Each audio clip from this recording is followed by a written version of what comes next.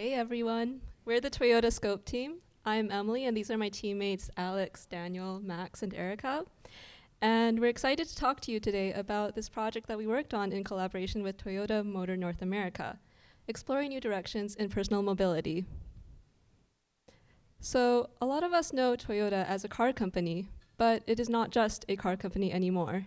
They are transitioning into entering the assistive technology space in order to make personal mobility accessible to people worldwide.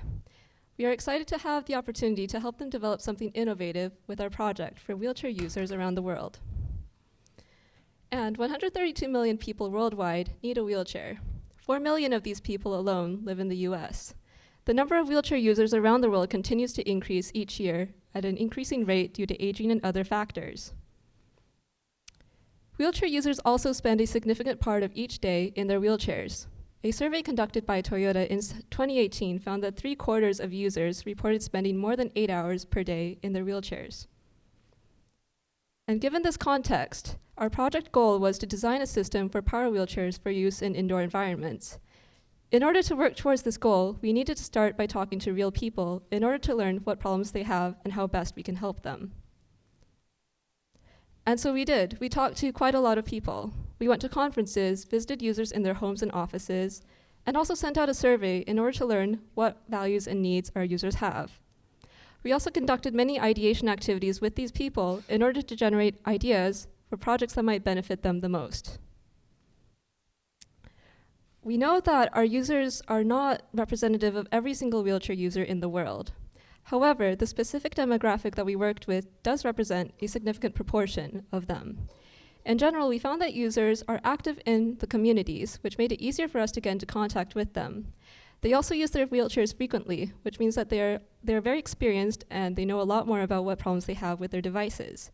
And they were also generally very autonomous. Our users could generally drive and do a lot of things on their own without the help of personal care assistants.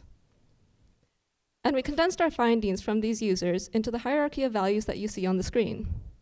These values include things like personal autonomy, social discretion, and bodily safety. We wanted to note that personal autonomy is at the top of this hierarchy. This is the desire to be able to do things independently. But sometimes the wheelchairs actually prevent these users from achieving the level of autonomy that they desire, because there are a lot of things that could be improved about these wheelchairs. From uncomfortable armrests to feedback that doesn't tell the users what they want to know, and battery budgeting issues, there are so many problems that our users have with the wheelchairs that they have currently. And here are a few representative quotes from some of our users regarding some of the most pressing issues that they face in their daily lives. So Charlie was one of our users who said that his chair was very bulky, which made it difficult to navigate in tight spaces. His chair just did not fit in a lot of places. Another one of our users, Adriana, said that she wished that she could see behind her when she was backing up. And another one of our users, Jim, said that he was often worried about running over people's feet because he couldn't see what was around him. And all of this is to say that the theme that we identified from all of these user visits was that our users have a lot of problems with navigating challenging environments. The users' wheelchairs block their views of the areas around and behind them. So our project became finding ways to help our users back up, drive through crowds, or otherwise make their ways through a challenging environment.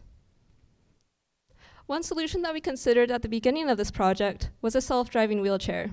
A user wouldn't have to worry about seeing around them or behind them when they're navigating a challenging environment if their wheelchair could do it all for them. The assistive technology industry has also produced some self-driving wheelchairs already. However, we wanted to emphasize that our users value their autonomy.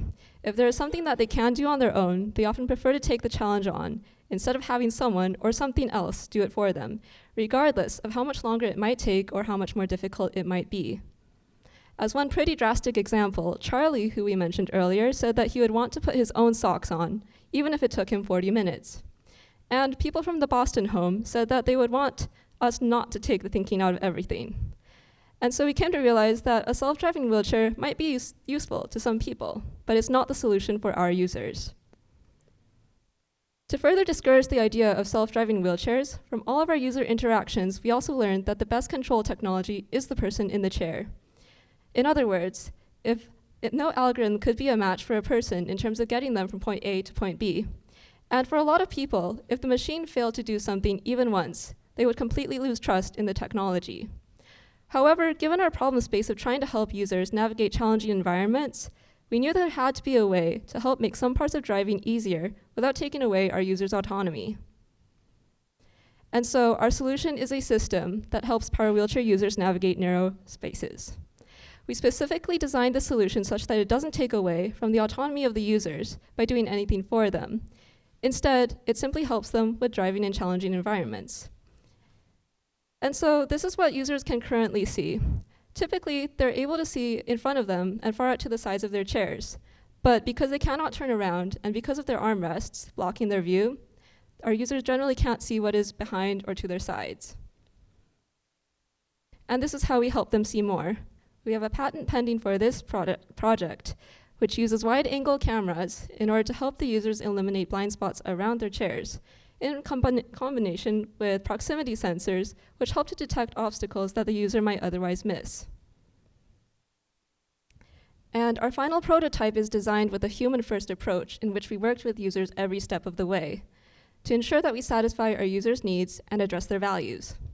It's a human-first design, not tech-first, which is important because through our research and user visits, we found that products designed with a purely tech-first approach might seem polished and useful, but when put into the hands of actual users, it becomes evident that they fail to take into account the user's values and their needs, like self-driving wheelchairs.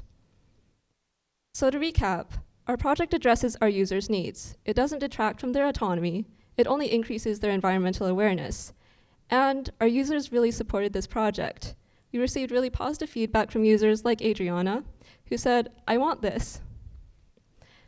And so, what's next? Well, Toyota is poised to revolutionize the assistive technology field and the personal mobility space by bringing expertise, resources, and supply. They could build something innovative and life-changing for power wheelchair users around the world.